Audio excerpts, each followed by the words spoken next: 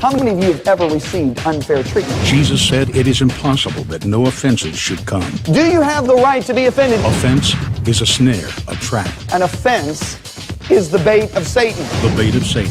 John Bevere's best-selling book has changed lives all over the world. God's word, his promise, will always come to pass as long as you don't get offended. And now, John Bevere Ministries presents The Bait of Satan Curriculum, a 12-part series designed to free you from the snare of offense. What you do with the offense will determine your future. Isaías 28, hoje para a lição 6, eu quero ler apenas um versículo. Quero ler o verso 16 de Isaías 28. Portanto, assim diz o Senhor Deus: Eis que eu ponho em Sião uma pedra para uma fundação. Repita, fundação. Uma pedra provada. Uma preciosa pedra angular. Uma fundação garantida. Todo aquele que crer não vai agir precipitadamente. Repita, todo aquele que crer não vai agir precipitadamente. Na última sessão, falamos sobre a diferença entre agir e reagir. Se você se lembrar, eu falei que os pilotos, quando estão em condições severas, quando o avião está com problemas, eles agem porque foram treinados e armados para isso. Passageiros, por outro lado, vão reagir, gritar e entrar em pânico. Isaías diz aqui claramente que todo aquele que crer é alguém que nunca vai agir precipitadamente. Alguém que age precipitadamente é alguém que é instável, porque suas ações não são fundamentadas apropriadamente. Veja, instabilidade não é uma coisa boa. Quantos sabem disso? Vale para uma casa natural, vale para nossas vidas. Precisamos de uma fundação sólida, amém? Agora, para dar um exemplo de verdade, uma imagem disso, eu quero que você vá para Mateus 16 e veremos um exemplo clássico na vida de um homem chamado Simão Pedro. Em Mateus 16, eu quero ler do verso 13. Quando Jesus chegou na região de Cesareia de Filipe, ele perguntou aos discípulos dizendo: Quem os homens dizem que eu, o Filho do Homem, sou? Então agora Jesus faz o que ele faz muito bem sempre, ele vai localizar o coração das pessoas com uma pergunta. Ele olha para os discípulos e diz: Ei, quem eles dizem que eu sou, caras? Quem estão dizendo que eu sou? E então as respostas vêm por todo lado. Verso 14. Então disseram: Bem, alguns dizem João Batista. Então o outro falou e disse: Alguns dizem Elias. Então outro cara disse: Bem, estão dizendo que você é Jeremias ou outro profeta? Então esses caras, esses discípulos começam a jogar todas as opiniões populares sobre quem Jesus é. Certamente Mateus falou, Filipe falou, Bartolomeu falou, todos falaram. Esse grupo diz isso, esse outro grupo diz isso, os judeus dizem isso, os fariseus dizem isso e também falam isso. E eles falam tudo isso e Jesus espera eles terminarem. E ele olha para eles e no próximo verso, e ele diz a eles: Mas quem vocês dizem que eu sou? Eu amo isso. Eles tinham esgotado o que todos diziam, e então Jesus olha bem para eles e pergunta: Mas quem vocês dizem que eu sou? Não importa o que disse esse grupo ou aquele, quem vocês dizem que eu sou? E de repente, eles deixam todas as opiniões externas de fora e ficam meio que com a boca aberta. Estão comigo? Mas Simão Pedro então abre sua boca e veja o que ele diz. Verso 16. Simão Pedro respondeu e disse: Tu és o Cristo, o Filho do Deus vivo. Então da boca de Simão Pedro sai a declaração: Tu és o Cristo, é o Senhor, és o Filho do Deus vivo. Agora veja o que Jesus disse. Verso 17.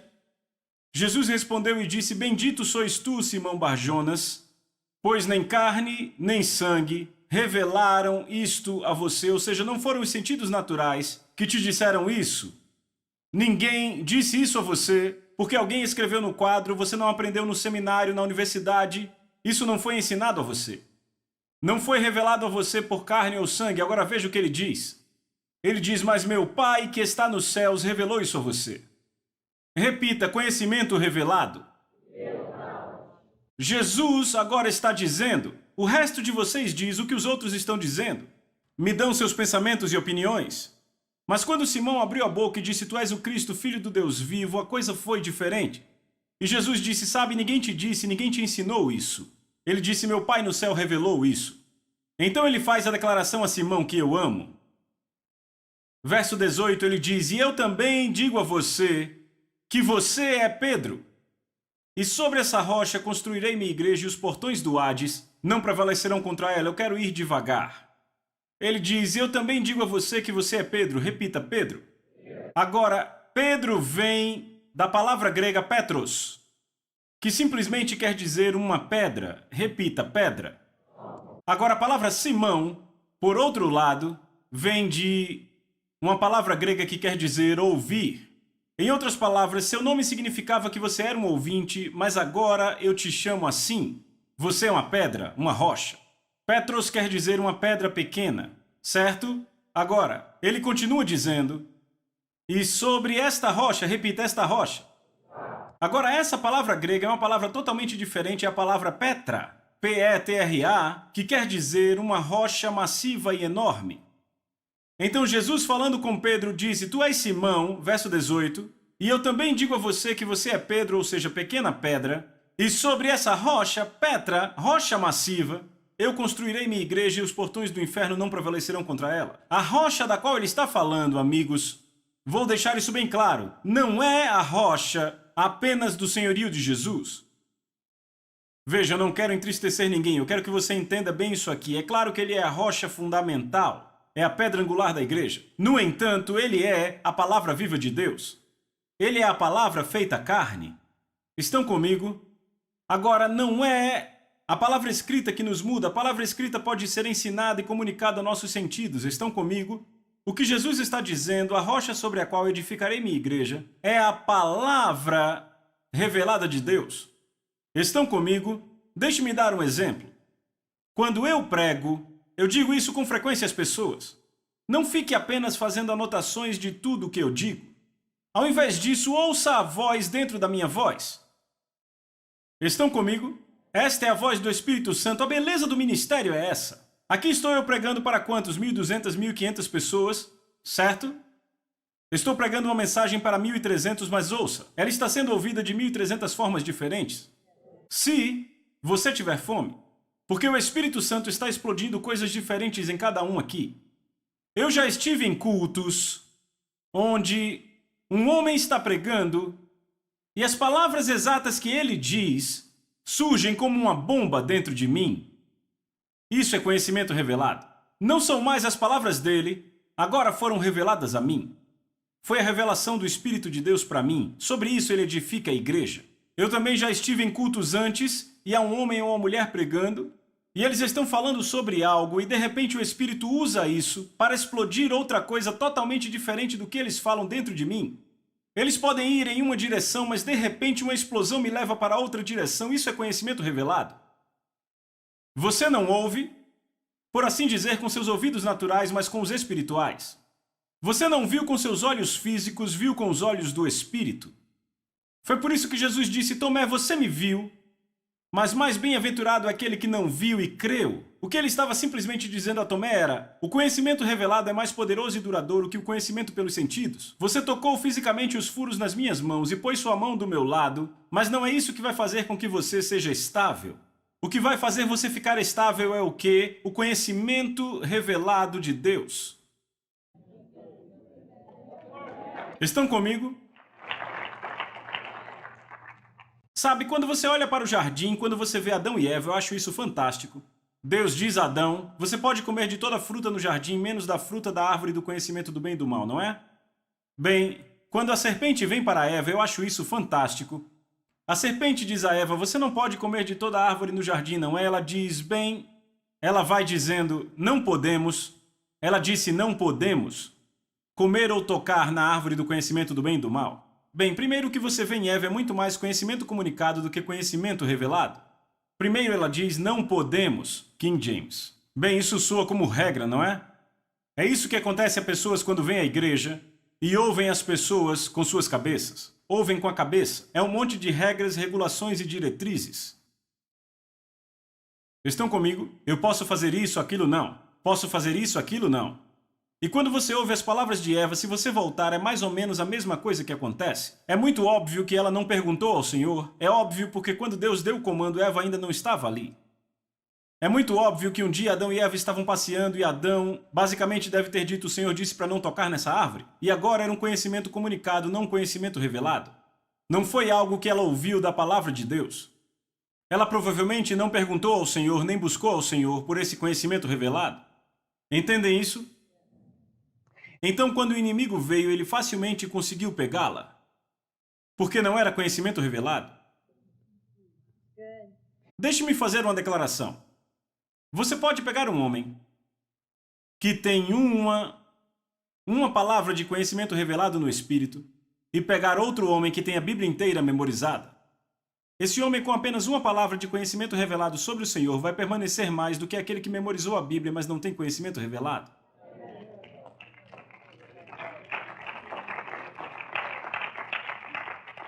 E você se pergunta, por que você está aí em pé pregando isso? Porque minha confiança não está na minha habilidade de articular. Minha confiança está no fato de que quando eu falo palavras vivas.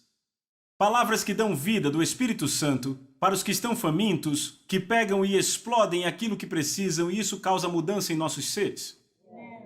Isso é parte do processo, é como funciona. Estão comigo? E alguém pode perguntar, por que eu devo ir à igreja? Bem, porque aí há unção coletiva e é onde esse conhecimento revelado explode. Eu descobri uma coisa fantástica para mim.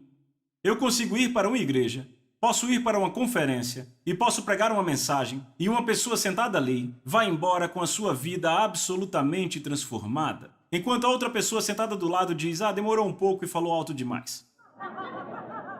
Ambos receberam a mesma informação, mas um homem estava faminto e o outro não estava. Veja, o conhecimento revelado vem para aqueles que estão extremamente famintos. Se olharmos para Pedro, ele era aquele que constantemente fazia perguntas, constantemente falava, falando quase fora do tempo, fazendo um monte de coisas bobas, mas a questão é que, ouça, além de tudo isso, ele tinha uma fome absoluta e intensa. Deus é atraído pela fome. Para ser muito honesto com vocês, o nível da sua fome indica quão saudável você é. Sabe, olhem para o natural, pessoal. Qual a indicação que alguém está doente? Eles perdem o apetite?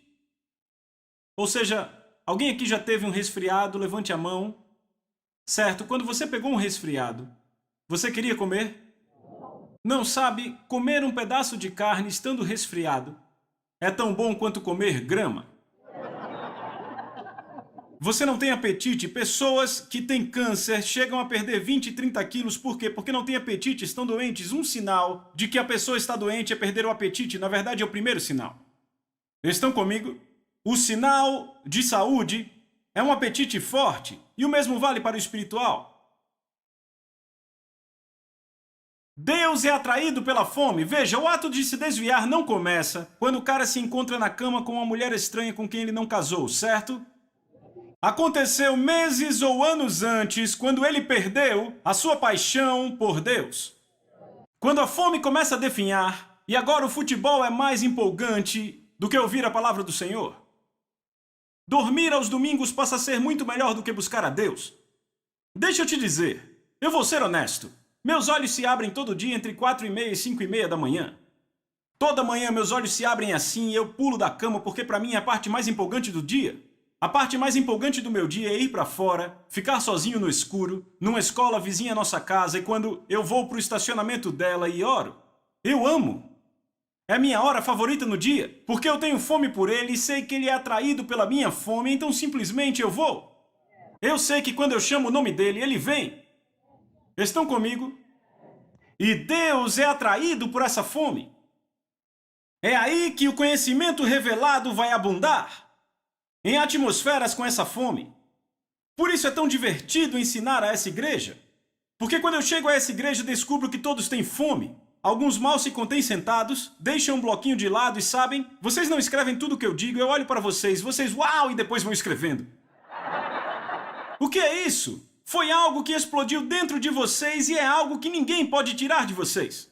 Porque quando Deus revela algo a você, ninguém pode tirar isso da sua vida.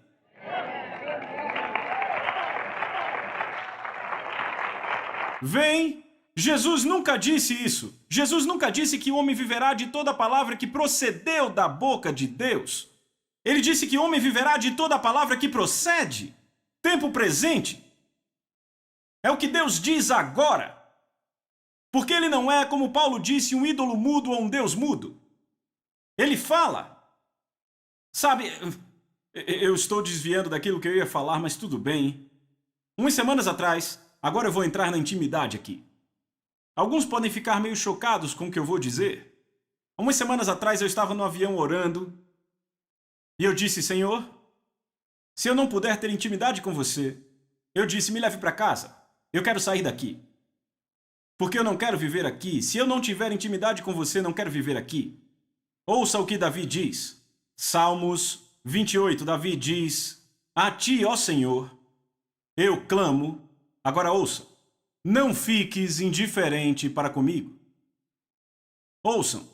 Se permaneceres calado, serei como os que descem à cova. Davi disse, se você não falar comigo, se não se comunicar comigo, serei o mesmo que um pecador no inferno? Eu estou bem aqui e entendo que você quer se comunicar comigo. Outra vez, nessa mesma época, eu estava dirigindo na estrada. O Espírito falou comigo e disse, encoste. Encoste. Eu disse, ok, já aprendi, quando Deus diz algo, eu faço. E havia uma área de descanso perto de onde eu passava e eu encostei. Assim que eu obedeci, veja, isso é fantástico. Quando a sarça ardente queimava, Moisés disse, eu vou me virar e ver essa grande visão. Ele estava ocupado cuidando do rebanho. Mas quando ele percebeu que Deus estava se movendo, ele disse, ei, esqueça isso, eu vou me virar. E sabe o que a Bíblia diz? Quando Deus viu que ele tinha se virado, então falou com ele. Se você não se virar, Deus não vai falar. Quando eu encostei na área de descanso, o Espírito Santo falou comigo assim. Ele disse, filho, eu te disse para orar sem cessar. Eu disse, sim, Senhor, disse. Ele disse, filho, a oração não é um monólogo, é um diálogo. Não é uma conversa de mão única, é uma conversa de mão dupla. Eu disse, sim, Senhor, eu sei. Ele disse, filho, então se eu digo para orar sem cessar, quer dizer que eu me comunico sem cessar. E eu, uau! Agora ouçam, pode nem sempre ser uma voz. Quantos aqui sabem que a minha esposa pode olhar para mim de um jeito e eu conseguirei escrever 3 páginas só com aquela olhada? Ela está se comunicando comigo sem dizer uma palavra e é bastante comunicação, entendem o que eu digo? Entendem? Este é o ponto, você percebeu isso? É assim que ele vai se comunicar conosco. Pode não ser uma palavra dentro do nosso coração, mas ele quer se comunicar conosco. Estão comigo? Esse é o tanto que ele nos deseja. Agora, isso era do que Pedro tinha fome. Você vê que Pedro era mais faminto que todos os outros caras. Ele era o cara que dizia, ei, eu quero andar sobre a água. Sabe, todos põem Pedro para baixo. Porque ele afundou. Mas sabe, e quanto aos outros caras?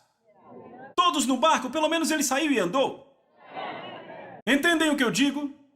Este é o tipo de fome que aquele cara tinha e Deus é atraído por isso. Agora, quando você tem esse tipo de apetite por Deus, seu coração se torna um lugar onde o conhecimento revelado começa a abundar. Agora, isso não só se aplica às Escrituras, se aplica à comunicação de Deus com as nossas vidas. Por exemplo, você não encontra um capítulo e um versículo sobre com quem você deve casar. Não encontra uma passagem sobre o que você foi chamado a fazer nessa vida. Não diz John Bevere deve pregar o Evangelho às nações na Bíblia. Estão comigo? Então, quando buscamos a Deus, Deus revela coisas a nós e quando Ele faz isso, vivemos baseados nisso. Deixe-me dar um exemplo. Quando eu era pastor de jovens, eu me lembro num domingo à noite, minha secretária estava em serviço e eu também, e ela estava namorando com esse cara e era como 2 pombinhos, sabem? E receberam a profecia de um ministro que deveriam casar. E todos se pronunciaram, era uma igreja grande, mas a maioria sabia porque eles trabalhavam na equipe. E todos, todo mundo empolgado. E ela veio flutuando para o escritório no dia seguinte, ok? Pastor John, eu estou tão empolgada, você casaria eu e o Mike? Eu disse, bem, sim, eu adoraria casar vocês, só precisam passar pelo aconselhamento. Ela disse, claro, e eu lembro do primeiro aconselhamento. Eu fiquei desconfortável no espírito. Sabe, algo estava errado. E eu não conseguia entender, e eu aprendi a continuar andando até que Deus te mostre. E então, quando entraram no meu escritório, a primeira coisa que eu disse foi: querida, deixa eu perguntar. Mike é o homem com quem Deus disse para você se casar? E ela feliz disse: sim, é o homem com quem Deus me chamou para casar. E eu olhei para o Mike era um cara interessante, ele parecia o irmão gêmeo do Pete Sampras. Eu olhei para Mike, eu disse: Mike, Tânia é a mulher com quem Deus te chamou para casar? Ele olhou para mim e abaixou a cabeça. Eu disse: Mike? Ele não olhou. Eu disse: Mike, olha para mim. Eu disse: Deus te chamou para casar com ela. Ele abaixou a cabeça de novo. Eu disse: pessoal, acabou o aconselhamento, não vai haver casamento. Eu disse: não há como eu casar vocês dois se você não sabe se esta é a mulher com quem Deus te chamou para casar. Eu disse porque quando a primeira tempestade chegar no casamento de vocês, e acredite, vai chegar, a primeira coisa em que vocês vão pensar: bem, será que o cara errou na profecia? Eu deveria ter casado com essa mulher, blá, blá, blá, e não haverá estabilidade. Sabe, vocês podem sair daqui ao fim da discussão. Ela ficou com raiva de mim. Mas, sabe, a semana seguinte foi bem desconfortável com a minha secretária. Eu nunca vou esquecer. Então, 3 semanas se passam e ela chega radiante no meu escritório com ele e pergunta: podemos falar com você? Eu disse: claro, tudo bem.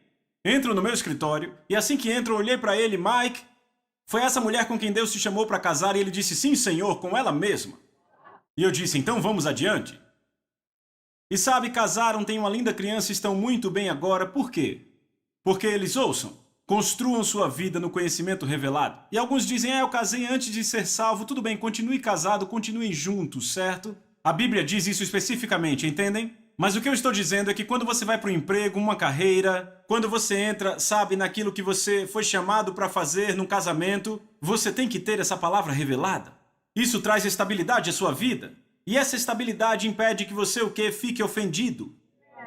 Porque outras, como a semente lançada em terreno pedregoso, ouvem a palavra de Deus e logo a recebem com alegria. Mas não tem raiz em si mesmas. Amigos, o que é raiz?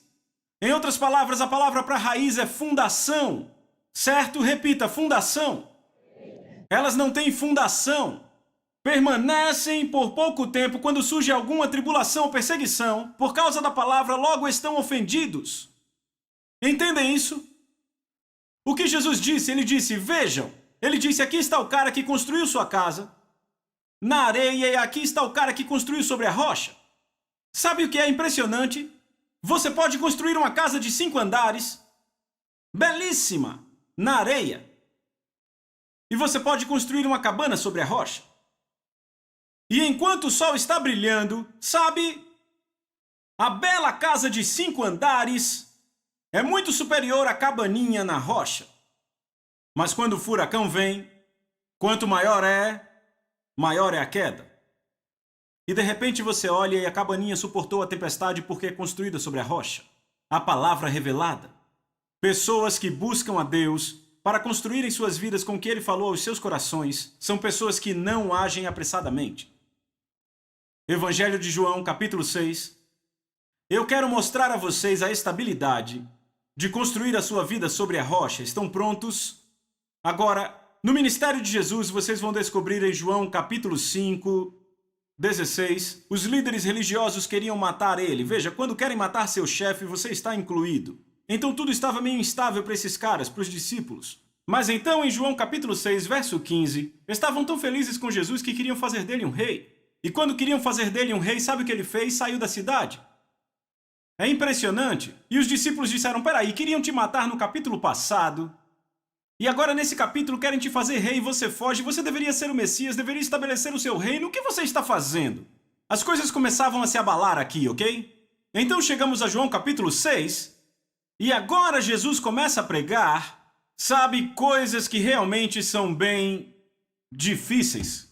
Sabe, palavras duras. Porque ele faz uma declaração em João capítulo 6. Ele disse: a não ser que vocês comam minha carne e bebam meu sangue, não terão nada comigo. Sabe, essa é uma declaração realmente forte. Veja João capítulo 6, verso 60. Desta forma, muitos discípulos, quando ouviram isso, ouviram o quê? Quando ele disse: se não comerem minha carne e beberem meu sangue, não terão parte comigo. Quando muitos dos seus discípulos ouviram isso, disseram: dura esta palavra, quem pode entendê-la? Verso 61. Quando Jesus soube dentro de si que seus discípulos reclamavam sobre isso, ele disse: isso ofende vocês? Vê isso? Eu amo isso, sabe? Quantos pregadores hoje diluem, tentam deixar mais fácil. Jesus diz: isso ofende vocês, sabe o que ele fez? Ele pregou mais forte. Olha para eles e diz: isso ofende vocês, e ele vai mais fundo. Então vejam isso, vejam o versículo 66. Daquela hora em diante, não, vamos ver do versículo 64, que também é muito bom. Ele disse: mas há alguns de vocês que não creem. Agora ele estava escancarando.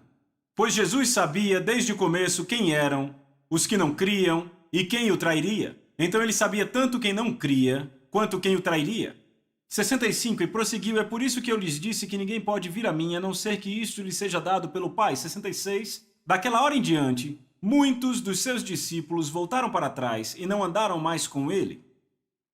A palavra grega aí para muitos é uma parte muito grande. Agora olhe para mim, você imagina metade da equipe indo embora? Pense aí sobre isso. Quantos pregadores diriam à outra metade: pessoal, perdemos metade da equipe? Precisamos apertar os cintos.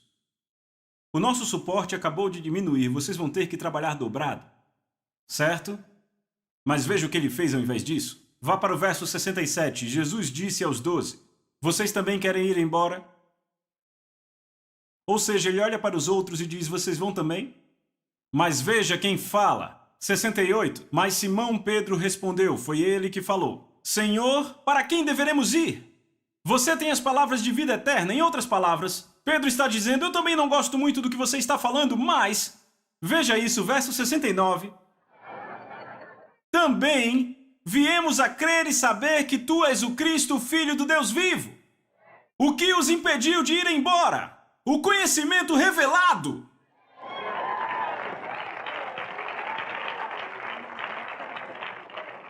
Aqueles outros caras tremeram na base, agiram apressadamente e foram embora. Mas havia sido revelado a Pedro que ele era o Cristo, o Filho do Deus vivo, e o que sai da sua boca? Exatamente a revelação. Como posso ir a outro lugar? Eu não gosto do que você diz, mas como posso ir? Porque você é o Cristo, o Filho do Deus vivo.